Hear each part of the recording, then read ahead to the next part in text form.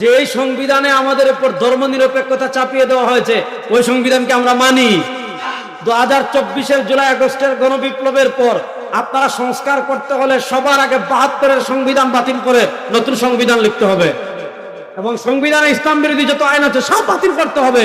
তারপরে বাংলাদেশে কোনো কিছু হবে। 72-এর সংবিধান রাখবেন এবং সংস্কারের কথা বলবেন, এমন মোরার সংস্কার বাংলাদেশে আমরা চাই না।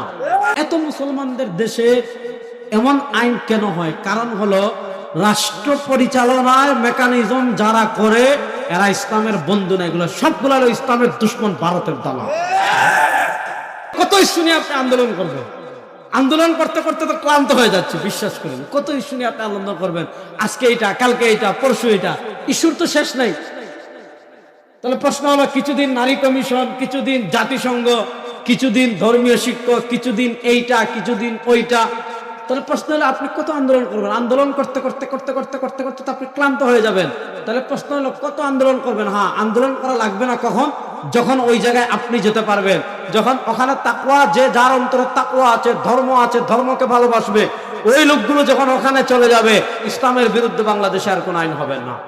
আমাদের পার্শ্ববর্তী আরেকটা মুসলিম রাষ্ট্র আছে, যে মুসলিম রাষ্ট্রের নাম পাকিস্তান। নাম শুনছেননি? 1947 থেকে নিয়ে 1971 সাল পর্যন্ত আমরা ছিলাম পাকিস্তানের অংশ। পাকিস্তানে একটা সংগঠন আছে, যেহেতু আপনারা সার্বজনীন নাম দিয়েছেন এজন্য আমি এই কথাটা বলছি। পাকিস্তানে একটা সংগঠন আছে, মুত্তাহিদা মজলিসে আমল, সংক্ষেপে MMA, মুত্তাহিদা মজলিসে আমল। মুত্তাহিদা মজলিসে আমল, এখানে এটার প্রধান হলেন মৌলানা ফজলুর রহমান, যিনি পাকিস্তান জমিয়তের সভাপতি। এই মুত্তাহিদা মজলিসে আমলে জামাতে ইসলাম আছে, এই মুত্তাহিদা মজলিসে আমলে জমিয়তে আহলে হাদিস আছে, এই মুত্তাহিদা মজলিসে আমলে শিয়াদের একাংশ আছে। প্রশ্ন হলো, সেখানে জমিয়ত, জামাত, আহলে হাদিস, শিয়াদের একাংশ সবাই মিলে রাজনৈতিক ঐক্য কেন করেছেন? কারণ হলো, পাকিস্তান রাষ্ট্রে যদিও এটা কালেমার উপর ভিত্তি করে স্বাধীন হয়েছিল, কিন্তু পাকিস্তান রাষ্ট্রের মৌলিক সমস্যা হলো সেখানে ধর্মনিরপেক্ষতার প্রভাব কমানো এবং ইসলাম পন্থাকে কার্যকরীভাবে সংসদে পেশ করা। দেখেন, আমাদের দেশে এত হুজুর, এত আলেম, এত মাদ্রাসা, এত মসজিদ, এত খানকা, এত পীর, এত ওয়াজ মাহফিল, হ্যাঁ, তারপরেও দেখেন গত সপ্তাহে আমাদের প্রাণের দাবি ছিল স্কুলে ধর্মীয় শিক্ষক নিয়োগ দেন, যে আমার সন্তানকে কালেমা শিখাবে, যে আমার সন্তানকে রোজা শিখাবে, যে আমার সন্তানকে ঈমান শিখাবে, যে আমার সন্তানকে নামাজ শিখাবে, যে আমার সন্তানকে হজ শিখাবে, যে আমার সন্তানকে পিতামাতাকে সম্মান করা শিখাবে, নৈতিকতা শিখাবে, মূল্যবোধ শিখাবে, দেশপ্রেম শিখাবে। এই জন্য সারা বাংলাদেশের অধিকাংশ মানুষের প্রাণের দাবি ছিল যে প্রাথমিক বিদ্যালয়ে ধর্মীয় শিক্ষক নিয়োগ দেন। কিন্তু দেখেন, যারা রাষ্ট্র পরিচালনা করে, যারা রাষ্ট্রের মগডালে বসে আছে, এগুলা কিছু হইলো NGOর দালাল, আর কিছু হইলো ধর্ম নিরপেক্ষতা ইসলাম বিদ্বেষী নাস্তিকদের দালাল। এজন্য আমরা এত হওয়ার পর সারা আমরা বলি আইন পাশ করেন ধর্মীয় শিক্ষক নিয়োগে, কিন্তু NGO সরকার ইউনুস কাকা আইন পাশ করেছে প্রত্যেক স্কুলে একজন শিল্পী নিয়োগ দেওয়া হবে, যিনি বাচ্চাদেরকে কেমনে নাচবেন, কেমনে গাবেন, কেমনে ড্যান্স দিবেন, কেমনে হাত নাড়াবেন, কেমনে পা নাড়াবেন, কেমনে কোমর দুলাবেন, এগুলা শিখাবে। তাহলে প্রশ্ন হলো, এত মুসলমানদের দেশে এমন আইন কেন হয়? কারণ হলো রাষ্ট্র পরিচালনায় মেকানিজম যারা করে এরা ইসলামের বন্ধু না, এগুলো সবগুলো হলো ইসলামের দুশ্মন, ভারতের দালাল। সুতরাং আপনি যদি এখানে আঘাত করতে চান, তাহলে ওই জায়গায় আমাদের যাওয়ার প্রয়োজন আছে না নাই? এই জায়গায় আপনি যদি না যান, ভাই কয়েকদিন পর কত ইস্যু নিয়ে আপনি আন্দোলন করবেন? আন্দোলন করতে করতে তো ক্লান্ত হয়ে যাচ্ছে, বিশ্বাস করেন। কত ইস্যু নিয়ে আপনি আন্দোলন করবেন? আজকে এটা, কালকে এটা, পরশু এটা, ইস্যুর তো শেষ নাই। তাহলে প্রশ্ন হলো, কিছুদিন নারী কমিশন, কিছুদিন জাতিসংঘ, কিছুদিন ধর্মীয় শিক্ষক, কিছুদিন এইটা, কিছুদিন ওইটা। তাহলে প্রশ্ন হলো আপনি কত আন্দোলন করবেন? আন্দোলন করতে করতে করতে করতে করতে করতে তো আপনি ক্লান্ত হয়ে যাবেন। তাহলে প্রশ্ন হলো কত আন্দোলন করবেন? হ্যাঁ, আন্দোলন করা লাগবে না কখন? যখন ওই জায়গায় আপনি যেতে পারবেন, যখন ওখানে তাকওয়া, যে যার অন্তরে তাকওয়া আছে, ধর্ম আছে, ধর্মকে ভালোবাসবে, ওই লোকগুলো যখন ওখানে চলে যাবে, ইসলামের বিরুদ্ধে বাংলাদেশে আর কোন আইন হবে না।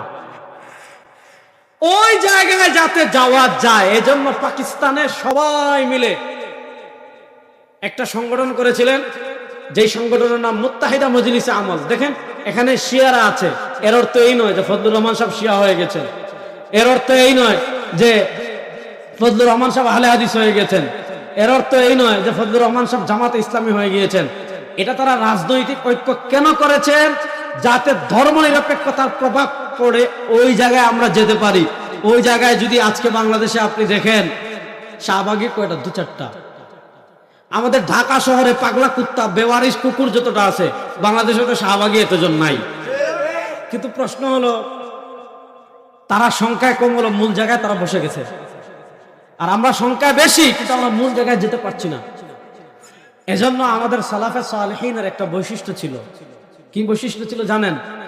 ইমাম ইবনে রাজব হাম্বলী রাহিমাহুল্লাহ একটা কিতাব লিখেছেন, ফাদলু ইলমিস সালাফ আলা ইলমিল খালাফ।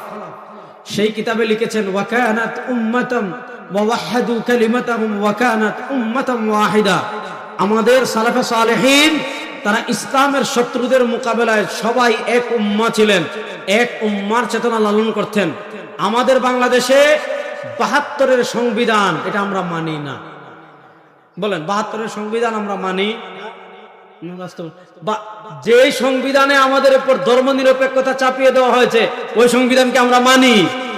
2024-এর জুলাই আগস্টের গণবিপ্লবের পর আপনারা সংস্কার করতে হলে সবার আগে ৭২-এর সংবিধান বাতিল করে নতুন সংবিধান লিখতে হবে, এবং সংবিধানে ইসলাম বিরোধী যত আইন আছে সব বাতিল করতে হবে। তারপরে বাংলাদেশে কোনো কিছু হবে। ৭২-এর সংবিধান রাখবেন, আবার সংস্কারের কথা বলবেন, এমন মূলার সংস্কার বাংলাদেশ আমরা চাই না। ভালো কথা বুঝেন। আমাদের বাংলাদেশের মৌলিক সমস্যা 2টা, এটা লম্বা আলোচনা, ওদিকে আমি যাচ্ছি না। সুতরাং আপনারা সার্বজনীন নাম দিয়েছেন, আমাদের যুবকদেরকে বলবো, আমাদের মাথার উপর অনেক বিপদ, আমাদের মাথার উপর অনেক বিপদ। এই বিপদের মোকাবেলা করতে হলে আমাদের মিলেমিশে একত্রিত থাকার প্রয়োজন আছে না নাই? বলেন, আমাদের একত্রিত থাকার প্রয়োজন আছে না নাই? আল্লাহ তাআলা আমাদের সবাইকে এক এবং নেক করুক। সবাই বলেন আমিন। আল্লাহ তাআলা আমাদের সবাইকে উম্মার প্রয়োজনে কাঁধে কাঁধ মিলিয়ে, হাতে হাত রেখে কাজ করার তৌফিক দান করেন। সবাই বলেন আমিন।